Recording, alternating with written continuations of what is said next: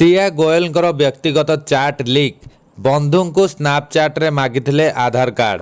ଆସନ୍ତୁ ଜାଣିବା ଏହାର ସର୍ଭିସେସ୍ ଖବର ବିଷୟରେ। ହାଇ ପ୍ରୋଫାଇଲ୍ କେତନ ଅଗ୍ରୱାଲ ମାମଲାର ତଦନ୍ତ କରୁଥିବା ପୋଲିସ ଏବଂ ତଦନ୍ତକାରୀ ସଂସ୍ଥାଗୁଡ଼ିକୁ ଆଉ ଏକ ଡିଜିଟାଲ ପ୍ରମାଣ ମିଳିଛି।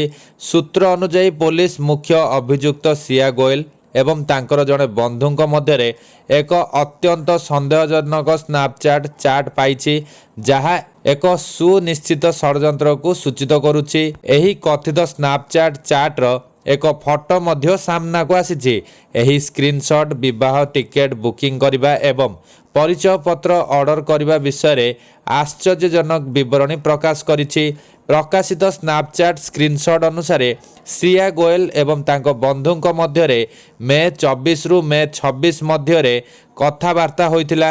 ମେସେଜରେ ଶ୍ରିୟା ତାଙ୍କର ବନ୍ଧୁଙ୍କୁ ଲେଖିଥିଲେ, ତୁମର ଆଧାର କାର୍ଡର ଆଗ ଏବଂ ପଛପଟ ଫଟୋ ମୋତେ ପଠାଅ, ଏପରିକି ଏକ ବିବାହର ଟିକେଟ୍ ପାଇଁ ଯାହା କେବେ ହେବ ନାହିଁ, କିନ୍ତୁ ଦୟାକରି ଏହାକୁ ଯେକୌଣସି ଭାବରେ ପଠାଅ।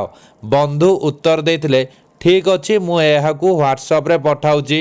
ତଦନ୍ତକାରୀ ଏଜେନ୍ସିଗୁଡ଼ିକ ଏବେ ସ୍ନାପଚାଟ୍ ଚାଟ୍ର ଏହି ନିର୍ଦ୍ଦିଷ୍ଟ ଦିଗ ଉପରେ ଧ୍ୟାନ ଦେଇଛନ୍ତି। ଚାଟ୍ରେ ସିଆଙ୍କର ବୟାନ, ସେହି ବିବାହ କେବେ ହେବ ନାହିଁ, ପୋଲିସ ପାଇଁ ଗମ୍ଭୀର ପ୍ରଶ୍ନ ଉଠାଉଛି। ପୋଲିସ ଏହା ଜାଣିବାକୁ ଚେଷ୍ଟା କରୁଛି ଯେ ବିବାହ ପ୍ରସ୍ତୁତି ଏବଂ ବିମାନ ଟିକେଟ୍ ବୁକିଂ କେବଳ ତାଙ୍କର ଏବଂ କେତନ ଅଗ୍ରୱାଲଙ୍କ ଆଖପାଖର ଲୋକଙ୍କ ସନ୍ଦେହକୁ ଏଡ଼ାଇବା ପାଇଁ କରାଯାଇନଥିଲା କି?